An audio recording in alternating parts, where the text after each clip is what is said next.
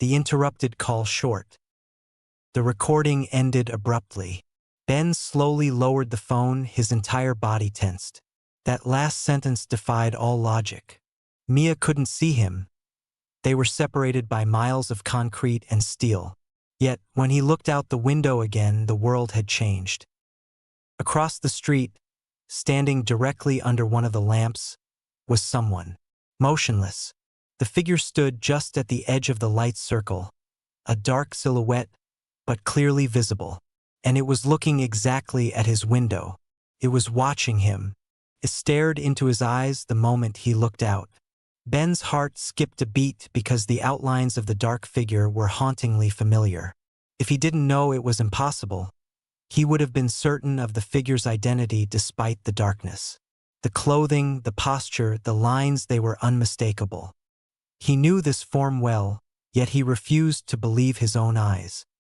His body instinctively stepped back, trying to distance itself from what he saw, but he couldn't tear his gaze away.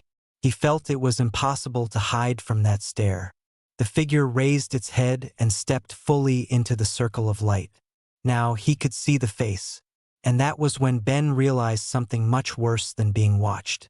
That figure didn't just resemble Mia. That figure was Mia. Every line of the face, the color of the hair, the style, it matched her perfectly. That was the moment Ben understood. The call wasn't a mistake. It was a warning that could no longer be undone. I hope you are enjoying our new story. Please subscribe to our channel so we can bring you even more chilling tales to banish your boredom. Drop a like and let us know in the comments what you liked most about this story. Thank you. Now, let us continue. The beginning that ended long ago. Ben hadn't believed in coincidences for a long time, but back then, he didn't know that some encounters are not just accidents. They are prepared by an invisible force, herding people toward each other for a later, much darker purpose. Mia first stepped into that small cafe on a rainy autumn afternoon. It was located on a quiet street in Berlin where Ben often went to work. The place wasn't particularly flashy, yet it had a soul-soothing simplicity that made people stay longer than they intended. It was cozy.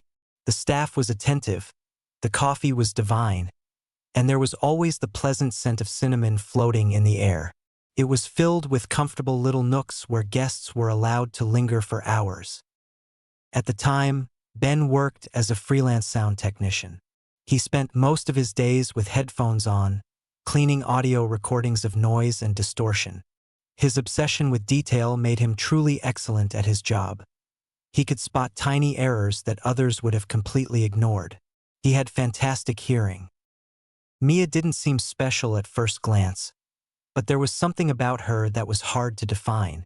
It wasn't her appearance that caught Ben's attention, but the way she looked around the room, as if she wasn't just seeing objects and people, but something else moving beneath the surface. When she finally sat near Ben, long minutes passed without a word, but the silence wasn't awkward. It felt as if an invisible conversation had already started between them.